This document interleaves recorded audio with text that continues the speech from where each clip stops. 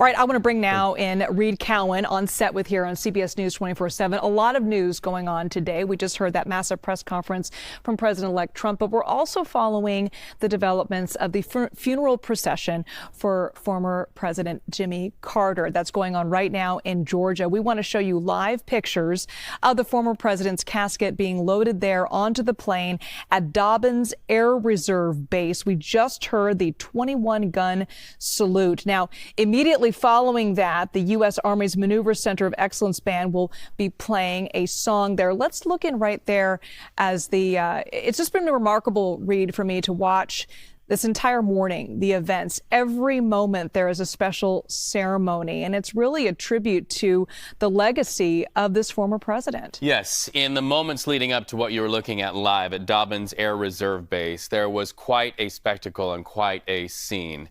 21-gun salute, arms and honors, 4 ruffles and flourishes, and then right before his body was lifted there, they played the song, the Christian hymn, Nearer My God to Thee.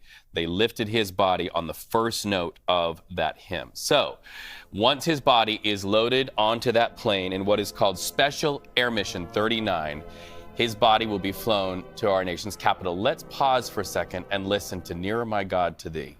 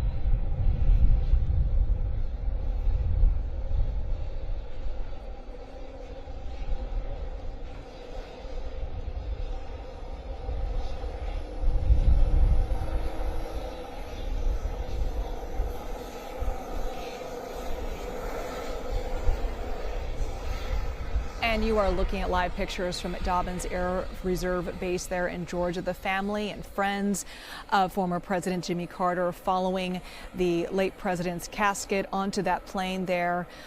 They will be taking that plane to Washington, D.C.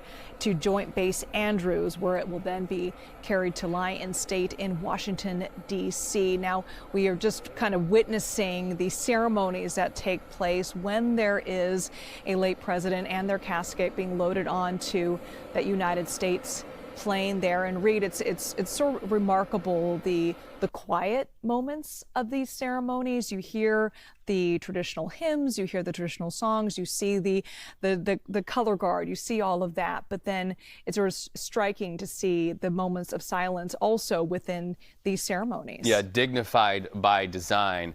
Moments before we cut into this ceremony, they played Hail to the Chief. And as we watch members of the Carter family and people with the Carter organization get on that plane to accompany the body of the former president, it bears some significance to think about the fact that Hail to the Chief is played for presidents who are living, but also in ceremonies leading up to the interment of presidents. The lyrics, not often sung, are, as we say, Hail to the Chief chosen for this nation. Hail to the Chief, we salute you one and all. Hail to the Chief, we pledge cooperation in the proud fulfillment of a great and noble call. So these ceremonies, whether you hear the lyrics or not, fall in that same sense of dignity and that same sense of reverence for the office of the presidency. And to me, what's so striking about these ceremonies, Reed, is that, President Carter lived after his presidency a relatively humble life. I mean, his life was dedicated to service, both within the United States, but then also abroad. I mean, he won the Nobel Peace Prize in 2002. I mean, his legacy is so much about what happened after he left the White House as much as it was while he was in the White House. And, he was famous for wearing blue jeans around the White House. He was famous for kind of bringing the status of that more down to earth as sort of the people's president in so many ways. And so it's just a stark contrast to the very formal ceremonies that we're seeing him, all of the honors that are bestowed upon the late president. And it's emotional to see. It's quite beautiful to see the tradition. These ceremonies are rooted in history and honor, and just see the respect from not only lawmakers, people in Washington right now, former lawmakers, but also people within Plains, Georgia, within the community there. I remember after he passed away, members of the community said, the former president actually requested that businesses in Plains, Georgia stay open because he knew about the attention that his passing would bring to that community and wanted them to benefit economically from all the visitors that are going to come and the attention being paid to Plains, Georgia. And so it's remarkable to see the contrast of just how down to earth this man was, and then the formality of the events to come, not only today, but in the next few days. Well, and as Skyler Henry, CBS News correspondent, reported on this very broadcast, Jimmy Carter, who was known by the people of Georgia as Mr. Jimmy, flew coach often. He preferred to fly coach. So to your point, and scaffolding off of that, as we look at this United States of America plane, we are aware that this is a much different flight than Jimmy Carter took as he flew all around the world to forward the initiatives of an operation that began after he left office. Liz, arguably, Jimmy Carter had more success after he left the presidency than during his time in office. Of course, his time in office was marked as a time of peace. You just heard President-elect Donald Trump criticize the former president for some of his decisions. But as Jimmy Carter noted in an interview that aired this morning on NPR, he said, while I was president, we didn't have to fire one missile, and peace was on the planet during my time as president. But he also stated, Liz, that it was his work after the presidency that he felt held more power because he worked in coalition building and he worked in community building, not only in the United States, but all over the country. And it's been interesting hearing from the family of Jimmy Carter, his grandchildren and his children, talking about not only his legacy as president and all, of course, the work that he did after he left the White House, but also his relationship with his wife, Rosalind, and how deeply committed they were to their community, to each other, to religion. And, in fact, he said when he took over the White House that he was going to pledge the American people that he was going to be honest. And so many of his decisions were rooted in his deep commitment to religion. I mean, he walked the walk, he talked the talk, and was rooted in his ideals there. And it's been fascinating to kind of reflect back on his legacy as president and, of course, his legacy after he left the White House.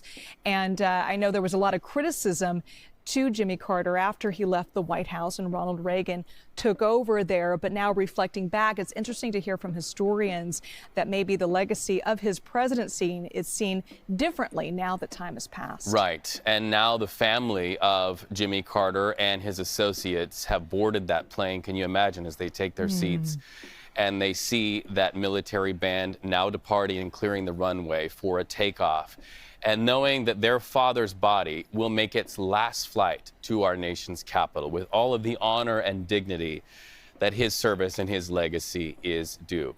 Jimmy Carter noted in the years after his presidency that when he left the White House, he was surprised to find out that his businesses had gone downhill.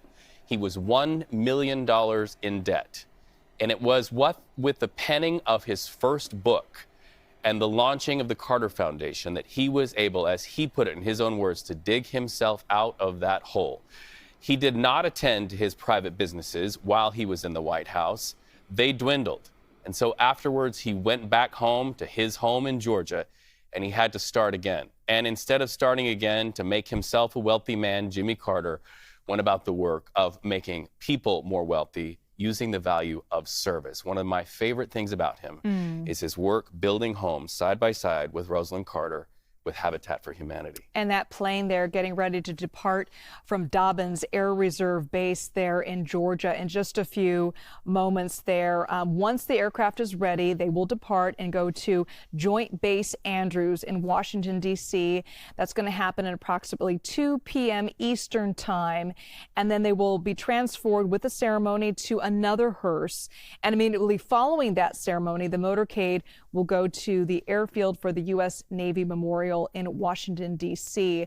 So a lot of sequence of events going on today. Again, we've been remarking on the different ceremonies that take place, each moment marked by tradition, by history, by honor. And there now you're just looking at the plane getting ready to take off. We got a chance to see some of Jimmy Carter's family and friends and dignitaries with the Carter Foundation and the Carter Center there in Athens, Georgia. I want to send it now to Skyler Henry. Skyler, you have been following the chain of events all morning long. We just saw the family of Jimmy Carter get onto that plane there, that plane getting ready to take off. What struck you about the events that just took place? Well, the fact that at the end of the day, yes, he was president, but this is a father, this is a grandfather, a great-grandfather, and that these are family members that, despite Jimmy Carter living to 100 years, they will miss him. And I think that for as much as he's represented for the globe in the name of humanitarian rights and activism, and also what he's done in the name of democracy for so many different countries and territories around the world, he really did mean so much to that family and to the state of Georgia and to Plains, Georgia as well. When we were here on Saturday listening to that special service that was here at the Carter Center, we heard from Jason Carter, the grandson of Jimmy Carter and Rosalind Carter, as well as Chip Carter, one of the children of the Carters, and they shared anecdotes about their time growing up with the late president. One of the ones that sticks out to me is that time that Chip failed Latin and relied on the late president to go away, go out to the family business, study the Latin book, and then come back. And then Chip was able to take that final exam that he flunked prior to their winter break, and he was able to pass that course with a 100, and that was because of the help of his father, Jimmy. And so I think it's things like that, right? When you take in the anecdotes, the stories from those family members, but then also the people here at the Carter Center. We were able to speak with one of the groundskeepers here, Buddy Smith, who helped build the actual Carter Center back in 1982. He eventually started to work here in 1986, and he talked about what it was like and how this place lit up every time that Jimmy and Rosalind came in to the center in and of itself. And they actually built the rapport so much so that they would go to Atlanta Braves baseball games. They would share time in the stands and also go down to the field, meet with some of the star players. And really that's the sort of relationships that the Carters shared with so many here in this state, here at the Carter Center. You know, Reed, I heard you point this out. They talked about him, calling him Mr. Jimmy, but really he was the type that they would see at the convenience store, at the dollar store, at the grocery store, at the ice cream store to get that famous peanut ice cream, and obviously in church as well, at Maranatha Baptist Church, to hear those famous sermons on those Sundays. And I think that that is something that so many people that we have heard from here in Plains and also in Atlanta say that they will miss the most. Yes, they are grieving the fact that their neighbor is no longer here, but they're also so proud of what he stood for, what he was able to accomplish, and what he really was a symbol of in so many ways as it relates to democracy, as it relates to peace, and as it relates to solving many of the health crises that we've seen around the world. Yeah, it's been remarkable to look back at his life there in Plains, Georgia, Skyler, and looking at his relatively modest home there. I mean, this is a Nobel Peace Prize winner who went and met with major world leaders. This is a former president, but yet everybody in town knew him and had a fun story of interacting with him, and his commitment to his community that was so committed to him throughout his whole life. I'm curious if you had a chance, what you've learned from just some of the people that were in Plains, Georgia, and also there at the Carter Center. Any interesting stories that stuck out to you? I'm thinking of one of the senior advisors that was here at the Carter Center that we spoke with, that talked about a lot of the work that she and the president were able to do overseas. But yeah, the mission was there, but then she thought about the times in which she wanted to build her own family. And one of those times included trying to adopt a child, a daughter from Guatemala, and how she was struggling to get through with that process. And she asked for President Carter's help, and he helped. And she was able to adopt that daughter, who's now a teenager.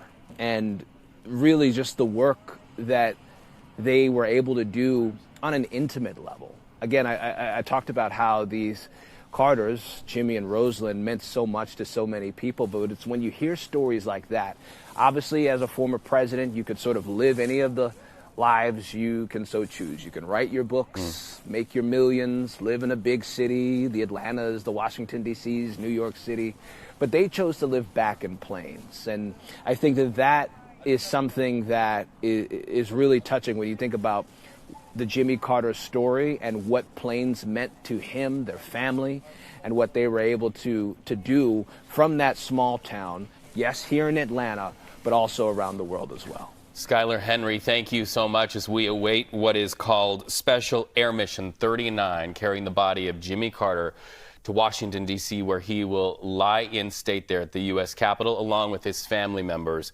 We want to let you know that CBS News 24/7 and CBS News will have full coverage throughout the day, marking this moment in American history. American history is a book that is still being written.